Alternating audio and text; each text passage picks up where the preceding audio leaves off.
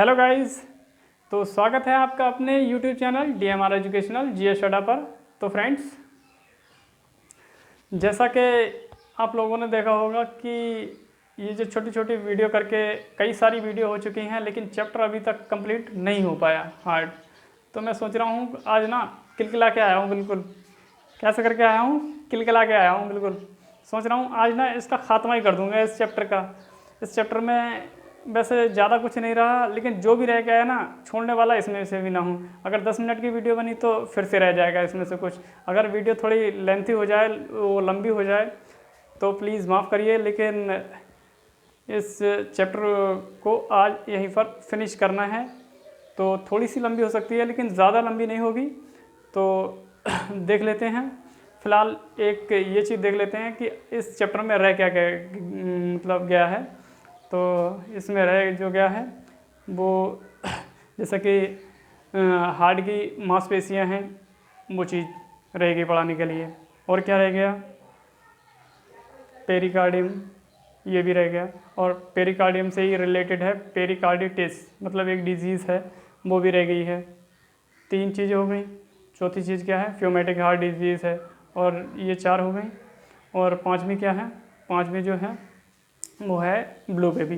तो ध्यान रखना, इतनी चीज़ें हमको आज इस क्लास में कवर अप करने वाले हैं हम लोग। तो बने रहिए हमारे साथ में आप लोग सभी, क्योंकि अगर आपका साथ नहीं होगा तो आपके अस्तित्व के बिना, मतलब आपके साथ के बिना तो मेरा अस्तित्व ही ख़त्म है, समाप्त है, समझ लीजिए। इसलिए आपका साथ मुझे बहुत ज़रूरी है। तो बने रहिए मेरे साथ। तो आइए पढ़ लेते हैं। क्या इस क्लास को स्टार्ट करने से पहले मैं चाहूँगा कि थोड़ा रिव्यू भी कर ली जाए बैक क्लास के लिए। तो इससे पिछली क्लास में हम लोगों ने क्या पढ़ा था, heart attack. Heart attack mainly किस वजह से होता है कि एक जो थ्रोम्बोसिस नाम सुना होगा आप लोगों ने। थ्रोम्बोसिस क्या होता है, ये चीज़ आप मतलब काफ़ी डेप्थ में मैंने पढ़ाई है इससे बैक क्लास में। तो मैं चाहता हूँ आप लोगों ने नहीं पढ़ी हो तो पहले वो प्लीज़ पहले क्लास देख लीजिए। और इससे पहले मैं उसके बारे में बता देता हूँ कि हार्ट अटैक मेनली किस वजह से होता है। तो हार्ट में एक कोरोनरी आर्टरी होती है, जिसमें ये जो थ्रोम्बोसिस हो जाता है, जिसके वजह से ब्लड की आपूर्ति किसके लिए नहीं हो पाती, हृदय की बाकी कोशिकाओं के लिए नहीं हो पाती। इसकी वजह से क्या हो जाता है, हार्ट अटैक हो जाता है। और यही अगर थ्रोम्बोसिस कहाँ हो जाए, मस्तिष्क में जो वेन विद्यमान है अगर उसमें हो जाए फ्रेंड्स, तो ध्यान रखना फिर क्या होगा, फिर ये पैरालाइज हो जाएगी बॉडी। ध्यान रखना, यानी कि अगर ब्रेन में हो तो लकवा हो जाता है, हार्ट में हो तो हार्ट अटैक हो जाता है। क्या, थ्रोम्बोसिस। याद रहेगा। तो ये था मेरा बैक रिव्यू, जिसको मैंने लगभग 1 मिनट में आप लोगों को समझा दिया। अगर आपको डेप्थ में समझना है तो 30 मिनट की क्लास इससे बैक करा चुका हूँ ऑलरेडी, वो पहले देख लेना। आइए अब पढ़ते हैं आगे। आगे क्या, सीधे हृदय की मांसपेशियों से। किससे,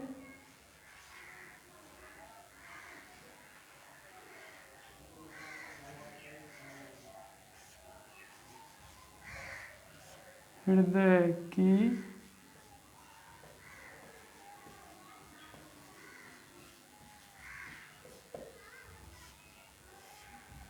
ठीक मांसपेशियों। मेनली हृदय की मांसपेशियों से जो क्वेश्चन है ना, भर भर के पूछे हैं। अब पूछोगे आप लोग कि यार किस किस टाइप से आते हैं, तो मैं आप लोगों को यही बता देता हूँ कि हृदय की मांसपेशियाँ जो मेनली होती हैं वो कितनी होती हैं। पहले सबसे ये क्वेश्चन पूछेगा, हृदय की मांसपेशियाँ कितनी होती हैं। पहला क्वेश्चन, हृदय की मांसपेशियाँ कौन कौन सी होती, 2 क्वेश्चन। सबसे बाहरी परत कौन सी होती है हृदय की, 3 क्वेश्चन। सबसे अंदर वाली परत कौन सी होती है हृदय की, 4 क्वेश्चन। और मिडिल में कौन सी होती है, यानी बीच में कौन सी होती। तो ये 5 क्वेश्चन तो यही तैयार हो रहे हैं बन के। तो समझ लीजिए इनको ज़रा अच्छे से। ठीक, कितनी होती,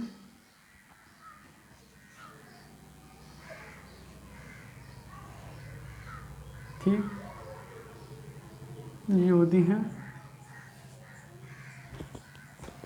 3 होती हैं। कौन कौन सी होती, ये भी देख लीजिए।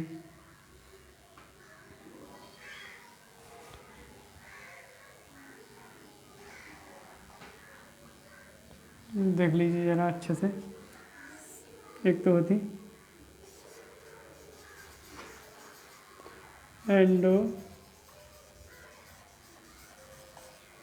एंडोकार्डियम, ठीक। दूसरी होती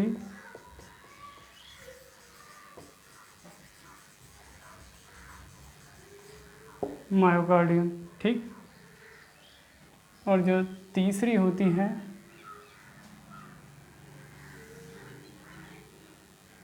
वो कौन सी होती?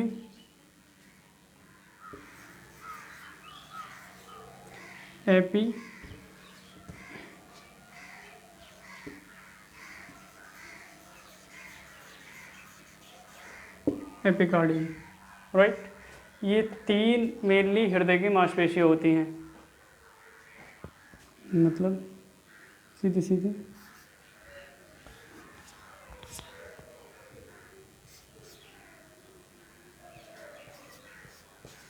एंडोकार्डियम,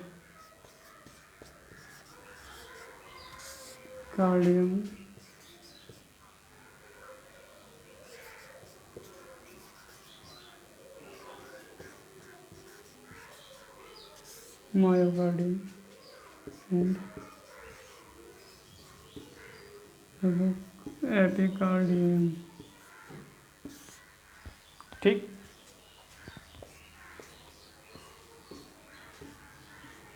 अब मैं आप लोगों को इससे रिलेटेड एक व्यू भी बना करके समझा देता हूँ, आप अच्छे से समझ लेना।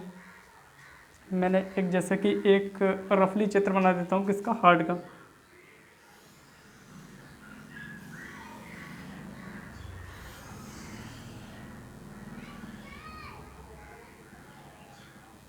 ऐसा ही तो होता। ये जो मैं आप लोगों को बनाकर दिखाऊंगा कि जैसे कि ये वाली कौन सी होती, सबसे बाहर वाली, और ये वाली कौन सी होती, और सबसे अंदर वाली कौन सी होती। ये बना दी मैंने।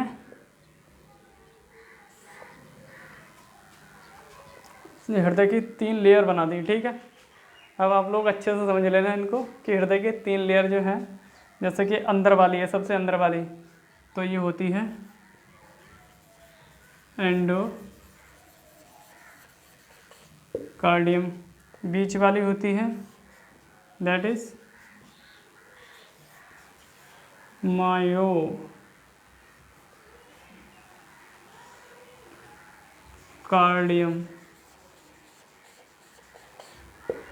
एंड सबसे जो बाहरी वाली होती है वो कौन सी होती, बताइए। ये होती है एपिकार्डियम, ठीक है। कौन सी होती, एपिकार्डियम,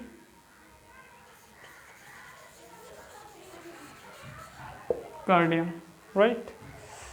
आप अच्छे से समझ लेना। ये मैंने एक चित्र बना के आप लोगों को रफली जानकारी दे दी कि हृदय की जो सबसे बाहरी परत होती है वो एपिकार्डियम, बीच वाली जो होती है वो मायोकार्डियम, और जो तीसरी यानी कि सबसे अंदर की जो लेयर होती है वो कौन सी होती, वो होती है एंडोकार्डियम,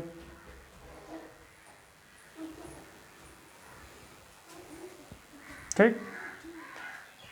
तो अब देख लेते हैं। तो इससे जो भी 5 के 5 क्वेश्चन कवर हो गए। हृदय के में कितनी मांसपेशियाँ पाई जाती हैं, तो वो 3 होती। कौन कौन सी होती हैं, तो एंडोकार्डियम, मायोकार्डियम एंड एपिकार्डियम।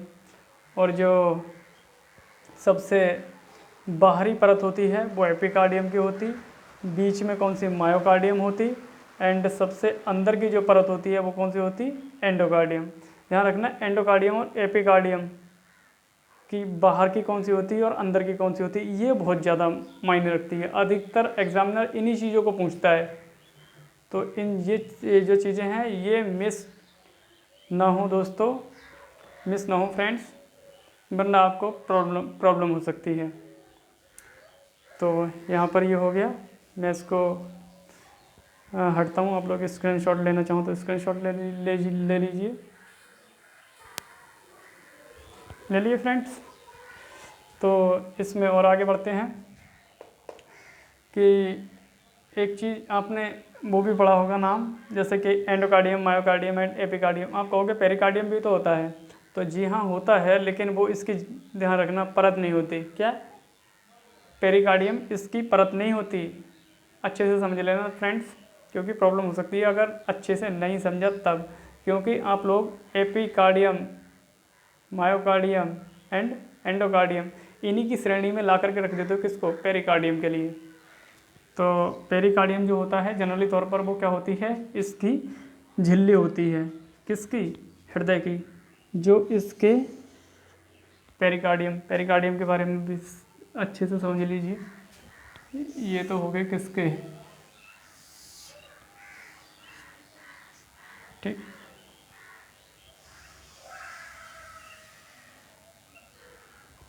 अब बात कर लेते हैं किसके?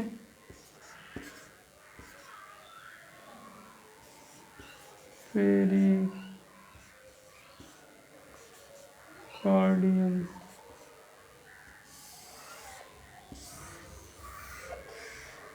ये क्या होता है पेरिकार्डियम? देख लेना। ये है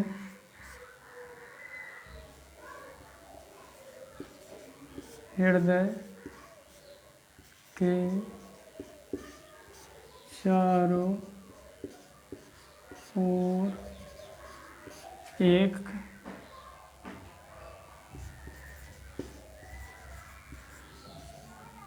चिकनी व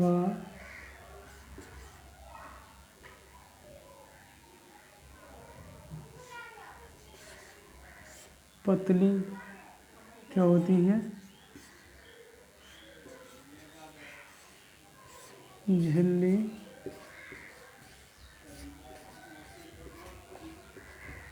होती है। ठीक। क्या? ये हृदय के चारों ओर एक पतली और चिकनी झिल्ली होती है। अच्छा, इसका रोल क्या होता है? इसका रोल ये होता है कि ये इसके लिए क्या करती है? एक आवरण, एक सुरक्षा कवर प्रदान कर देती है, जिसकी वजह से क्या होता है कि ये जो हार्ट होता है, क्योंकि ये बहुत ही नाजुक अंग होता है, अगर ये दूसरे जो अंदर ऑर्गन हैं उनसे अगर सपोज करिए अगर रगड़ेगा, ठीक है, बार बार अगर रब होगा, ठीक है, यानी रगड़ कर क्या होगा, इसके ऊपर अगर एक भी स्क्रैचेस आ गया या फिर एक से अधिक स्क्रैचेस आ गए, फिर क्या होगा? हृदय में भाई साहब प्रॉब्लम हो सकती है। उसकी जो अंदर की जो आर्टरी वगैरह हैं वो भी दिखने लगेंगी। नतीजा क्या होगा कि हार्ट में प्रॉब्लम आ सकती है। तो इन्हीं सब चीज़ों को मतलब प्रॉब्लम क्रिएट ना हो इसके लिए क्या है? ये पेरिकार्डियम झिल्ली है। ठीक है। इसका सिर्फ मेन रोल यही होता है कि इससे जो दूसरे अंग हैं वो क्षतिग्रस्त ना हो, क्योंकि ये चिकनी इसी वजह से होती है। अगर इसकी सरफेस जो भी है, सरफेस अगर वो एक दूसरे से रब होने के बाद भी अगर वो उस पर स्क्रैचेस कब नहीं पड़ेंगे? जब वो एक तो चिकनी हो, ठीक है, और दूसरी ज़्यादा उसकी मोटाई ना हो। मतलब उसकी जो मेन पॉइंट है वो उसकी सरफेस जो है यानी सतह वो कैसी होनी चाहिए? चिकनी होनी चाहिए। ठीक है फ्रेंड्स, तो ये देख लीजिए। अच्छा, इसमें एक डिजीज़ भी पाई जाती है, यानी कि डिजीज़ हो जाती है, यानी कि बीमारी हो जाती है, और उसका नाम क्या है? उसका नाम है पेरिकार्डिटिस। ठीक है, क्या है? पेरिकार्डिटिस। तो यहाँ पर लिख देता हूँ फ्रेंड्स, क्या? Pericarditis, right.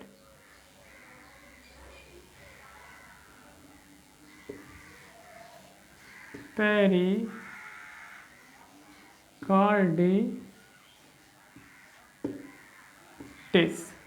ध्यान रखना फ्रेंड्स, इसमें जो टिस वर्ड लगा है ना, टिस, इसको बड़े ध्यान से समझना। ये क्या होता है? ये मेनली अगर जहाँ जिस भी शब्द के लास्ट में टिस,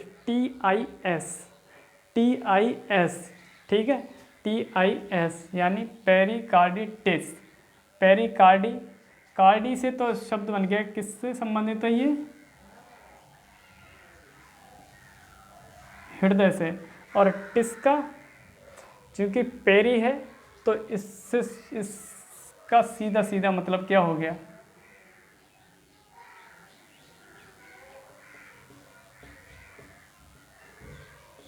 झिल्ली। बिल्कुल इसके नाम में ही अर्थ हो गया, छिपा हुआ है इसका। अच्छा, टिस का मतलब क्या है? सबसे पहले रेडनेस क्या होगी? रेडनेस होगी पहली चीज। दूसरी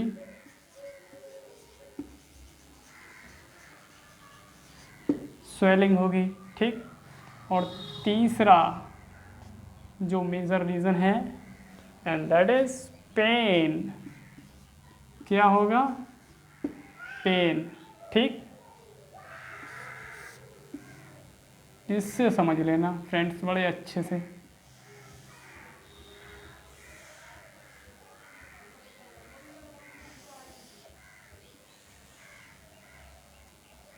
ठीक, ये टिस का जो मतलब है वो क्या है? रेडनेस होगी, स्वेलिंग होगी, पेन होगी। पेन का मतलब सीधा सीधा समझ लीजिए क्या है? दर्द।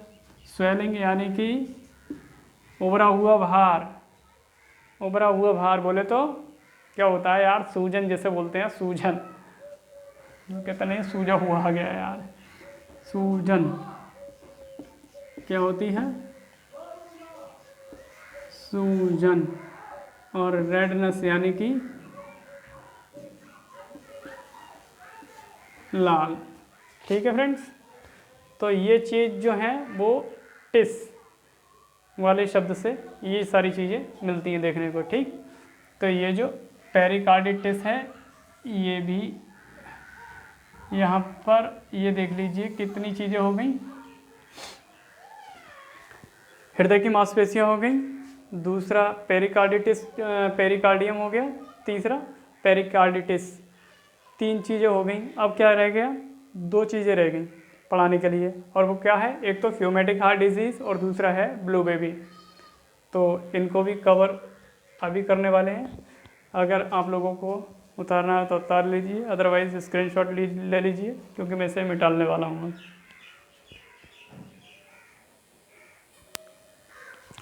चलिए फ्रेंड्स, तो बात कर लेते हैं किसकी? फ्यूमेटिक हार्ट डिजीज़ की।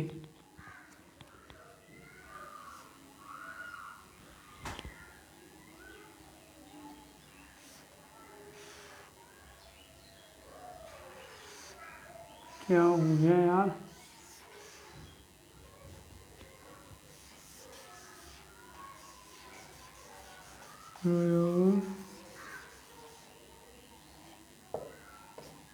मैटिक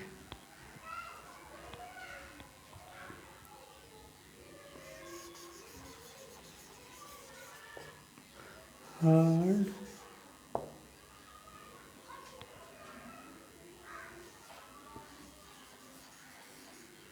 हार्ट डिजीज़। क्या हुआ? Rheumatic heart disease.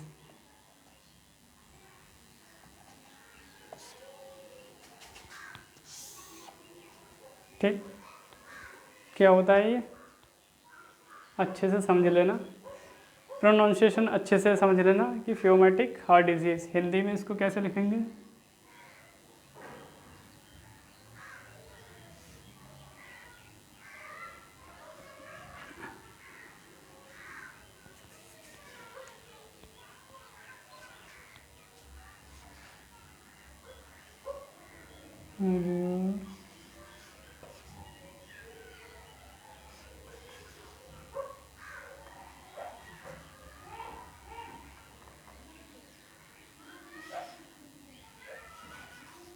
रूमेटिक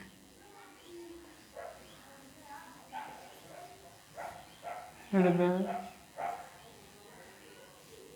रोग।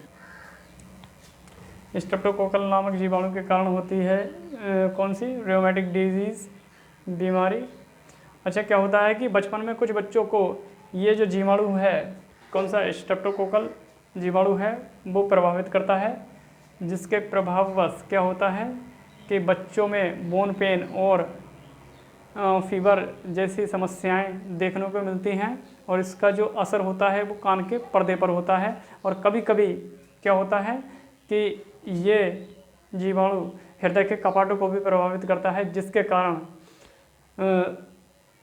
हृदय से कैसी मर की आवाज़ आती है। वैसे आनी कैसी चाहिए, वैसे आवाज़ आनी चाहिए, कहते नहीं है, देखा जाता है कि लब लब ढब लब ढब लब ढब लब ढब, इस टाइप की आती है ना। लेकिन यहाँ पर क्या चीज़ देखने को मिल रही है, मर मर मर मर मर मर, इस टाइप की आवाज़ आती है। और मेनली इस बीमारी में क्या होता है कि वाल्व की बदली करना, ये इसका उपचार है। किसका? रियोमेटिक हार्ट डिजीज़ का। ठीक, तो देख लीजिए ये जो बीमारी है ये कौन से जीवाणु के कारण होती है? स्ट्रेप्टोकोकस जीवाणु के कारण होती है। और ये मेनली किन में देखने को मिलती है? ज़्यादातर बचपन में।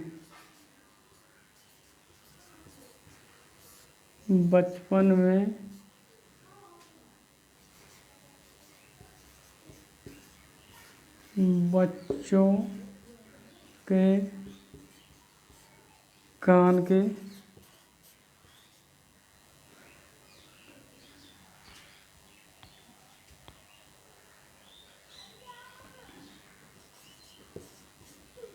पर्दे पर क्या डालते हैं? प्रभाव डालता है। ठीक, कौन? स्ट्रेप्टोकोकस नामक जीवाणु जो होता है वो बचपन में कुछ बच्चों के कान के पर्दों पर क्या करता है? इफेक्ट डालता है, जिसके कारण बच्चों में क्या चीज़ देखने को मिलती है?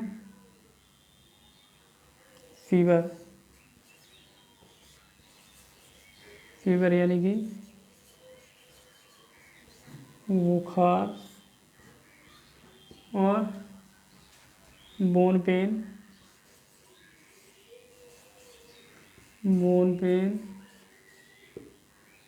यानी कि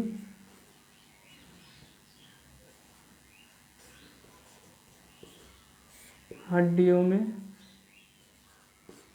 दर्द।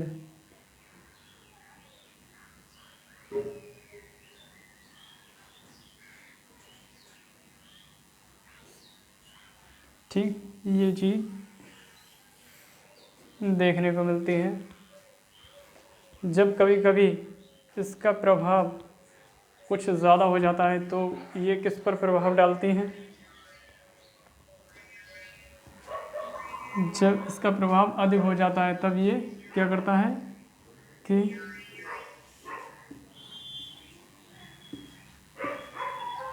हृदय के कपाटों पर पड़ता है। किसका? इसका इफेक्ट, जिसके कारण क्या होते हैं? जिसके कारण कपाट अच्छे से काम नहीं करते। हृदय के कपाट क्या होते हैं? खराब हो जाते हैं।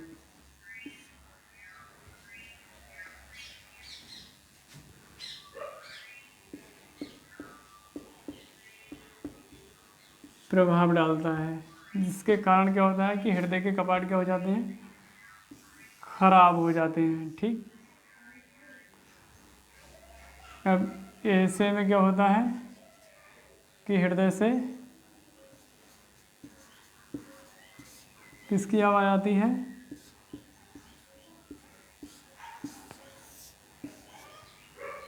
मरमर की आवाज़ आती है। ठीक, ये क्या है? साउंड निकालता है। ठीक, मरमर। कैसी? मर मर मर मर। ठीक, राइट।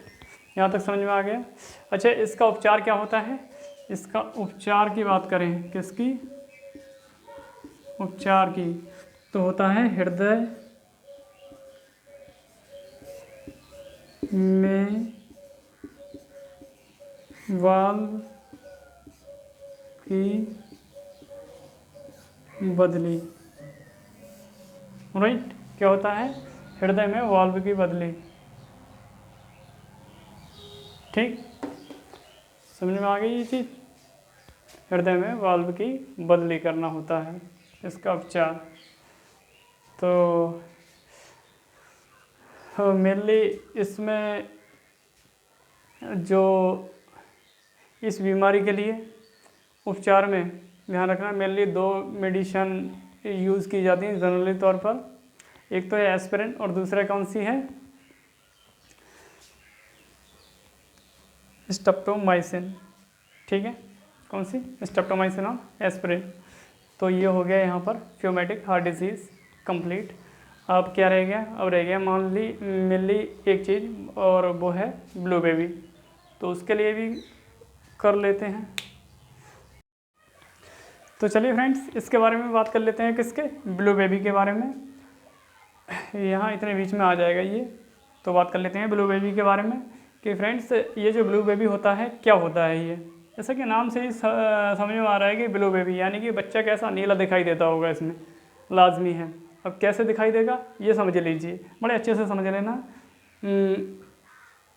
बड़ी आसान भाषा में समझाऊंगा, आराम से समझ में आएगा कि ये जो मान लीजिए बच्चा होता है, जब माँ के गर्भ में होता है, तो उस समय क्या होता है कि बच्चे के जो फेफड़े होते हैं वो काम नहीं करते। काम का मतलब फेफड़ों से क्या? सांस लेने का काम होता है। तो वो सांस उस अवस्था में नहीं लेते। अच्छा, सांस नहीं लेते तो फिर सांस कौन दिलवाता है उनके लिए? जी हाँ, माँ के पेट से। माँ के पेट में जब वो होता है, यानी कि सीधी सीधी बात है कि जब वो गर्भाशय में होता है, यूट्रस में होता है बेबी, तो उस समय वो खुद के फेफड़ों से सांस नहीं लेता। वो सांस भी लेता है तो माँ के फेफड़ों से सांस लेता है। ठीक, इतना समझ में आया? चलिए आगे बढ़ते हैं। सांस लेता है और बच्चे का रक्त क्या होता है कि माँ के रक्त में मिलते हुए माँ के फेफड़ों द्वारा क्या होता है कि ऑक्सीजनेटेड होता है। ठीक, ऑक्सीजनेटेड होता है किसके द्वारा? प्लेसेंटा के द्वारा। तो मतलब सीधी सीधी साफ बात है कि उसको जो मतलब ऑक्सीजनेटेड ब्लड की जो आवश्यकता होती है वो किसके द्वारा होती है? क्या वो अपने खुद के फेफड़ों से कर रहा है? जी नहीं। मतलब ऑक्सीजनेटेड ब्लड जो होता है वो फेफड़ों के द्वारा नहीं होता, उसमें हाँ कुछ रोल होता है फेफड़ों का। मेनली किडनियाँ ही करती हैं उसको, लेकिन उसमें से ऑक्सीजन को निकालने का काम किसका होता है? तो वो फेफड़ों का होता है। तो ये बात ध्यान रखना कि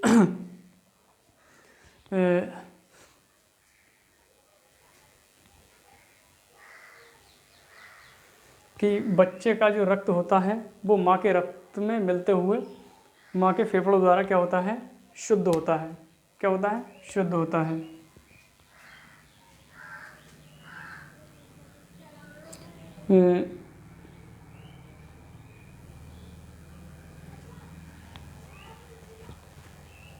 जब क्या होता है बच्चा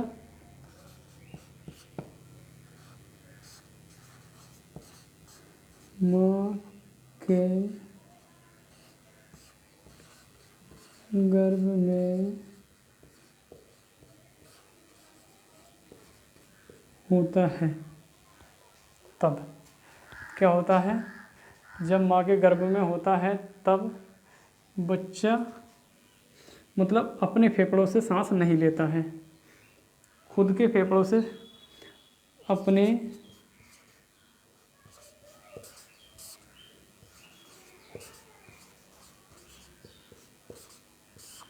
फेफड़ों से सांस नहीं लेता। ठीक,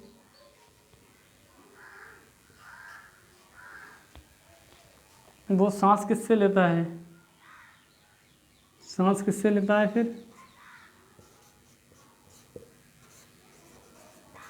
माँ के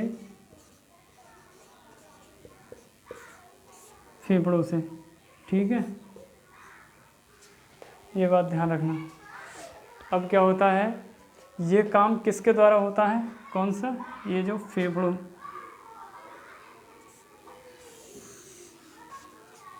ये कार्य होता है प्लेसेंटा के द्वारा। किसके द्वारा होता है,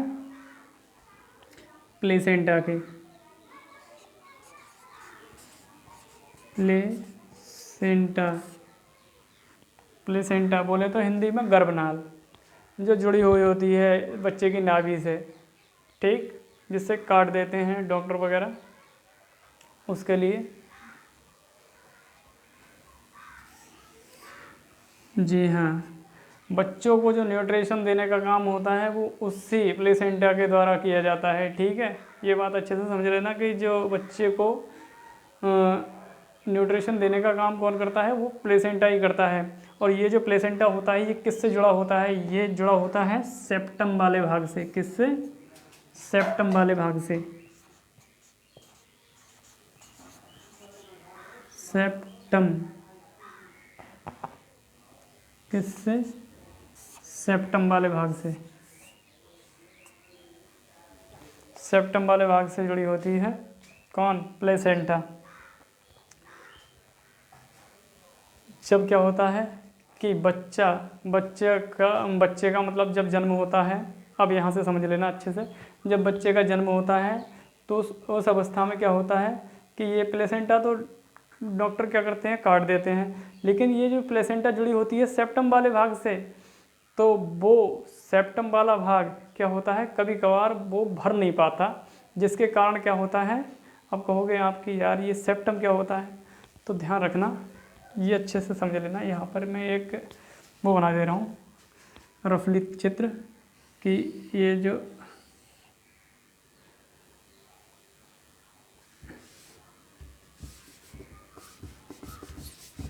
चलिए ये चीज़ छोड़िए यार, टाइम काफ़ी लगेगा, ऐसे ही समझ लीजिए कि ये जो सेप्टम वाला भाग होता है ये क्या होता है, ये भर नहीं पाता, जिसके कारण ऑक्सीजनेटेड ब्लड और डीऑक्सीजनेटेड ब्लड यानी कि शुद्ध रक्त और अशुद्ध रक्त क्या करते हैं, आपस में मिलते रहते हैं, जिसके कारण बॉडी कैसी दिखाई देने लगती, नीली दिखाई देने लगती, जिससे क्या कहा जाता है, ब्लू बेबी कहा जाता है। क्या कहा जाता है फ्रेंड्स, क्या कहा जाता है, ब्लू बेबी कहा जाता है। अच्छा, ये किसकी कमी के कारण होते हैं, तो ध्यान रखना, ये जो कमी के कारण की बात करूं तो नाइट्रस की कमी के कारण होता है क्या, ब्लू बेबी। तो फ्रेंड्स कैसे लगी आज की ये क्लास, कमेंट करके ज़रूर बताना। और हाँ, अगर आप लोग चैनल पर नए हैं तो चैनल के लिए लाइक, शेयर एंड सब्सक्राइब करना बिल्कुल मत भूलना। और आज की कैसी क्लास लगी इसके बारे में रिव्यू भी देना मत भूलना। तो फ्रेंड्स आज ये जो चैप्टर है कौन सा, हार्ड, फ्रेंड्स फिनिश हो गया। कल इसके क्वेज कराते हैं, अगर संभव होगा तब, और संभव नहीं होगा तो एक दो क्लास मतलब एक आध चैप्टर और कर देते हैं, उसके साथ में इसके मतलब क्वेज भी लगवा देंगे। क्या है, ऐसे क्वेज लगवाना ज़रूरी ही होता है यार, अगर इसके क्वेज मिले तो ज़रूर करते हैं, फ़िलहाल तो बनाने ही पड़ेंगे, बनाऊंगा आपके लिए, ये भी करूंगा। क्या है, फ़िलहाल क्वेज की क्लास लेने में मज़ा आएगा, क्योंकि आप लोगों को पता होना चाहिए कि अब तक हमने इतनी सारी क्लासें ले ली कि इसके माध्यम से कुछ सीख भी रहे हैं, सिर्फ ऐसा ही चल रहा सब कुछ है ना। तो सीखिए, यहाँ पर सीखिए और वहाँ पर टेस्ट दीजिए। और टेस्ट में भी क्या होगा, जैसे मैंने कि ब्लड पढ़ाया था इससे पहला चैप्टर, ब्लड में भी जितनी सारी चीज़ें थी वो सभी की सभी चीज़ें मैंने आप लोगों को बताई। और इसके बाद एक क्वेज रखा MCQ, जिसमें लगभग 15 से 20 क्वेश्चन के समथिंग थे, वो आप लोगों को कराए। आप लोगों को कितने ईजी लगे थे, आप लोगों ने कमेंट भी करी थी, फ़ोन भी करा था कुछ लोगों ने। तो कुछ मतलब चैप्टर कराने का फ़ायदा तभी है जब उसके क्वेज लग जाएं। तो इसके आगे देखते हैं कि चैप्टर आप लोग कमेंट करके मुझे बताना, क्योंकि सारी चीज़ें मैं ही डिसाइड नहीं करूँगा, आप लोग कमेंट करके बताना कि इसके आगे अगला नेक्स्ट चैप्टर करें या फिर क्वेज करवाएं। ठीक है फ्रेंड्स, तो कमेंट करना बिल्कुल मत भूलना। और हाँ, इससे अगला चैप्टर कौन सा कराना है ये भी बता दीजिए, क्योंकि जो भी चैप्टर अगर मैं पकड़ लूँ तो उसकी डेप्थ में जाने के बाद यार वो थोड़ा लंबा हो जाता, जिसके कारण टाइम भी अच्छा खासा लग जाता। तो अभी हाल ही में लोगों के जो पेपर भी चल रहे हैं, जैसे कि MTS है, तो इससे रिलेटेड भी बहुत सारे एग्ज़ाम चल ही रहे हैं। तो मैं चाहता हूँ कि आप लोग उसमें अपियर हों, तो अगर मेरी क्लास ले रहे हैं तो इसका फ़ायदा आप लोगों को वहाँ मिले, वरना मेरे पढ़ाने का फ़ायदा क्या फिर। तो बता देना आप लोग, जैसा भी आपको हो सुविधा। और हाँ, इसके अलावा भी मैं अब पॉलिटी, इकोनॉमिक्स और जियोग्राफी, हिस्ट्री, ये 4 सब्जेक्ट में से कोई ना कोई 2 सब्जेक्ट और पढ़ाने वाला हूँ, स्टार्ट करने वाला हूँ।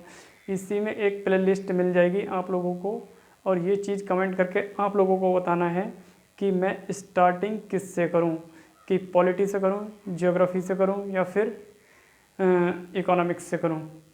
इकोनॉमिक्स, इसके अलावा एक हिस्ट्री भी है। हिस्ट्री से यार ज़्यादा क्वेश्चन पुटअप नहीं करे जाते। आई थिंक जो ज़्यादा क्वेश्चन पुटअप करे जाते हैं वो आप लोगों ने जब 1-2 एग्ज़ाम दे रखा होगा, आप लोगों को खुद ही इतना मतलब तजुर्बा हो ही गया होगा। तो मैं चाहता हूँ आप लोग ये इस बारे में भी कमेंट करें कि कौन सा सब्जेक्ट स्टार्ट करना है। ये वाला भी चलेगा, ये भी चलेगा, और साथ में वो भी चलेगा। कहने का मतलब सारी चीज़ें लेकर के चलो थोड़ी थोड़ी ना, तो एक दिन क्या होगा कि कहते नहीं है, बूंद बूंद से क्या होता है, घड़ा भरता है। तो मैं चाहता हूँ कि वो भी थोड़ा थोड़ा करके हो ही जाएगा। और ये एग्ज़ाम की दृष्टि से बहुत ही अच्छा कदम है मेरे हिसाब से। और आप लोगों का क्या कहना है कमेंट करके ज़रूर बताइए।